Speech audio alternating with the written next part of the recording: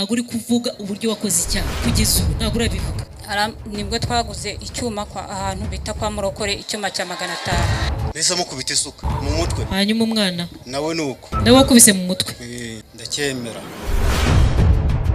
Rwamagana babiri bisho bashakanye baburanishijwe mu ruhame.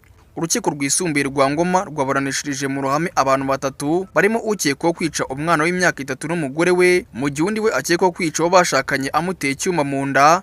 Ubushinjacyaha bukaba bwabasibiye gufungwa burundu. Izi manza ebyiri zabaye kuri wa kabiri tariki 24/2026 zibere mu kagari ka Bugigi mu murenge wa Muyumbu mu karere ka Rwamagana mu nteko y'abaturage yitabiriwe n'abaturage benshi. Urubanza rwa mbere rugwamo Nyirahaberanye Agnes na Mugenzi Joseph bare gufatanya cyaha mu kwica Bufite Jean Pierre tariki 31 Mutarama 2026. Uyu mugabo akaba yarasanzwe yarashakanye n'uwo mugore wamwisha muteye icyuma mu nda. Ubushinjacyaha bwavuze yuko Nyirahabimana yishe umugabo we amuteye icyuma mu nda nyuma yo kubigirwamo inama na Mugenzi Joseph mubwiraga yuko namara kumwica bazahita bibanira. Bwamusabiye rero gufungwa burundu bitewe n'uburemere bw'icyaha yakoze cyo kuvutsa ubuzima umugabo we. Nyirahabimana kandi yemerera urukiko ko yishe umugabo we ndetse agaragaza n'uburyo yabikoze nyuma yuko yari avuye mu kabari maze agataba akabanza gutongana nyuma bakarwana akamutera icyuma mu nda.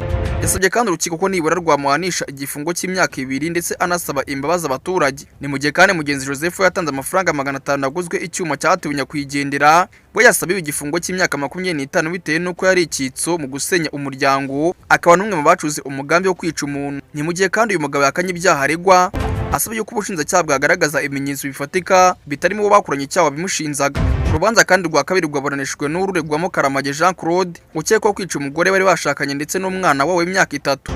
Iki cyaha cyakozwe tariki 12 Gashyantare 2026. Karamage yemerera urukiko ko ari wica umugore ndetse n'umwana wabo aho yabakubise isuka mu mutwe kuri buri umwe ndetse akanagira uruhare mu kwishyiriza inzego z'umutekano. Uyu mugabo yavuze yuko impamvu yishe umugore we yaturutse ku mafaranga 500,000 yari yahaye umugore ngo yongere mu bucuruzi yakoraga. Nyuma rero ngo muri ayo mafaranga yamwatsemo 100,000. Nyuma rero ngo aje kuza kumwaka amafaranga 100,000 abonye atinze kuyakoresha yari yamuhereye arayamwaka ariko ndara yamwima. Kuvuga rero ngo mu rugo rwabo hatangiye kuzamo amakimbirane kugeza ubwo amwiciye. Ubushinjacyaha kandi nawe bwamusabiye igifungo cya burundu bitewe n'uko yishe abantu babiri akabavutsa ubuzima bose icyarimwe. Uyu mugabo kandi afashije amasaba urukiko kugabanyirizwa ibihano ndetse no gusubikirwa igifungo. Urukiko rwisumbuye rwa Ngoma rwanze yuko umwanzuro uzasomerwa mu ruhame kwa 5 tariki 27/2026 saa 6 z'amanywa aho urubanza rwabereye.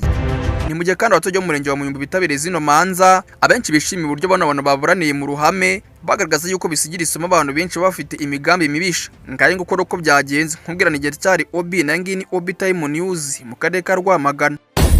Obi Time News.